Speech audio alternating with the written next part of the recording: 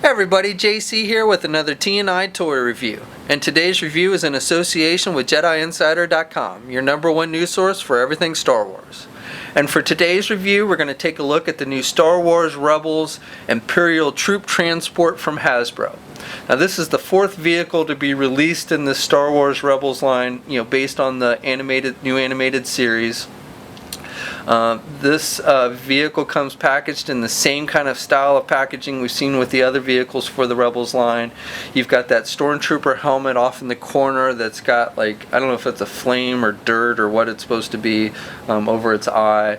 You've got the Disney logo, which now appears in all Star Wars related packaging, and then over in the corner you've got the Star Wars Rebels logo. And then the vehicle is depicted in this kind of cool battle scene. I think the planet that we see in all this packaging is Lethal. You've got the ATDP off in the background, and then you've just got laser fire flying all over the place with the Stormtroopers here on the sides firing their rifles. This packaging is done in bilingual language, so you've got multiple languages throughout the packaging. And then I like here in the corner it tells us in little fine print that this is a fantasy scene, in case you got confused and thought this was a real live battle scene. On the one side you've got again that Stormtrooper helmet and a look at the toy. And that's on all the sides, and then on the bottom of the packaging it shows us the other 3 Rebels vehicles that have been released.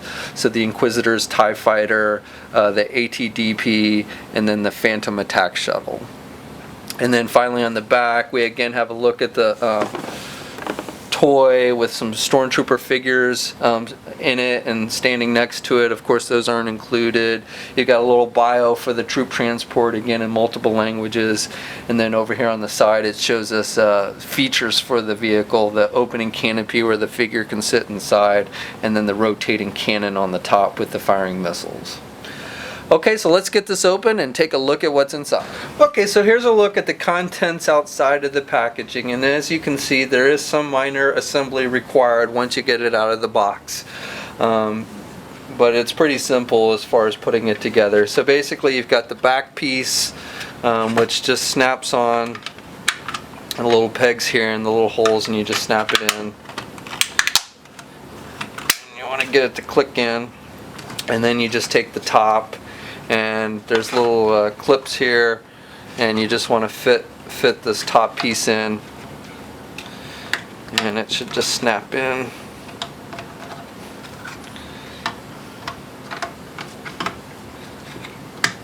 Like so. And then that just comes down. That's basically the top of the vehicle. And then you've got the firing missiles, which you can put into the gun on the top.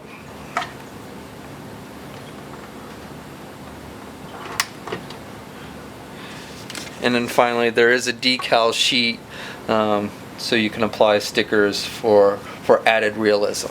And then there's also this instruction manual, which is just a sheet that tells you how to put it all together. Okay, so here's a look at the vehicle with all the decals and everything applied, and I think the overall detail for this vehicle, sculpting wise, is pretty good.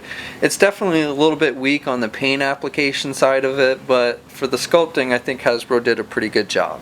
Now I do want to point out, when you're applying the decals, there are some very tiny decals, like these little triangle pieces that you put on both sides of the little troop carrier ports on the sides. For that you may want to get something like a pair of tweezers or something to apply those, especially if you have fat fingers like mine. It's kind of hard to get your fingers in there and get those decals on exactly straight. So a pair of tweezers would be something helpful to have when you're putting on the decals for this one. So anyway, sculpting wise, I like, they've added some nice little details, like the little handles here for the troops. You've got this door here. It doesn't actually open, but it looks like they've made it to look like a door to open, which is good. I like on the back, again, like this vent that they've sculpted on, and just the sculpting detail. In the cartoon I think the back's supposed to open up for troops to come out that are inside the vehicle. You do have the copyright information here on the back, which looks a little funny. It would have been probably better if they put that on the bottom. This toy is obviously made primarily for a kid more so than an adult collector. So, things like paint apps, which as I said are almost non-existent on this. Basically, we've got the plastic gray, like we've seen with most of the vehicles in this line. On the top, you've got more sculpting panels and stuff sculpted in. On the bottom, you even have some sculpting with like some vents that they've sculpted in, which is pretty cool. Now, one thing I don't like about this toy is that they did not give it actual wheels. They sculpted some plastic pieces to look like wheels, so it kind of lifts it off the ground, but it doesn't actually roll, so you just have to kind of push it and slide it. Okay, so for the interior, again, have some pretty nice sculpting details on the inside for the seats and the floorboards and everything, and then you have some additional decals for like computer panels and controls and stuff. And even on the roof, again, there's some nice sculpting details there. So, I think they've done a good job overall with the sculpting on this. Now, I also like on the inside how they've made it so you can fit 3 figures on the inside. That's actually more figures, I believe, than what the original Kenner Imperial Troop Transport vehicle held. I think that one only really held 2 in the front, and then there was a little compartment in the back, but you could like stuff figures in, but it wasn't really made for holding figures or to sit very well. So I think this one does actually hold more figures than that original one, which is cool. So you've got the 3 seats. So we'll take the ATDP figure from Hasbro on a single card. This figure is out now. Basically, it's the same uniform that the Imperial Troop Transport driver wears that we see in the cartoon. It's just, I think the Imperial Troop Transport driver's costume or uniform is a little bit darker than the ATDP. But if you have this figure, it'll work well for the pilot, if you can find it, of course. And so you just sit him inside, and he fits in well. You don't have to bend his knees, which is a good thing since he doesn't have any knee articulation. He just kind of sits in there. And then we'll take the Agent Kalis figure and we'll stick him in the back, and the figure that sits in the back seat faces towards the back, so I guess to like kind of man the cannon is what his job is supposed to be. So we'll put him in the back seat, and then we'll take the Inquisitor and we'll put him in the middle seat, and he faces forward. And so once you have all 3 figures in, the canopy closes and fits snugly, so you don't have to worry about the figures not fitting in there. And even regular like non-rebel figures, so we'll take like a Stormtrooper here and sit him in, they fit fine as well.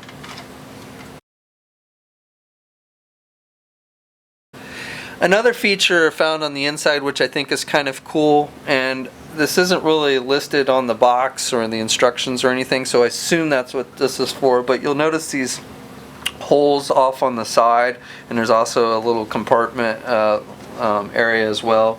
And so I believe they've made that to like hold Stormtrooper blasters.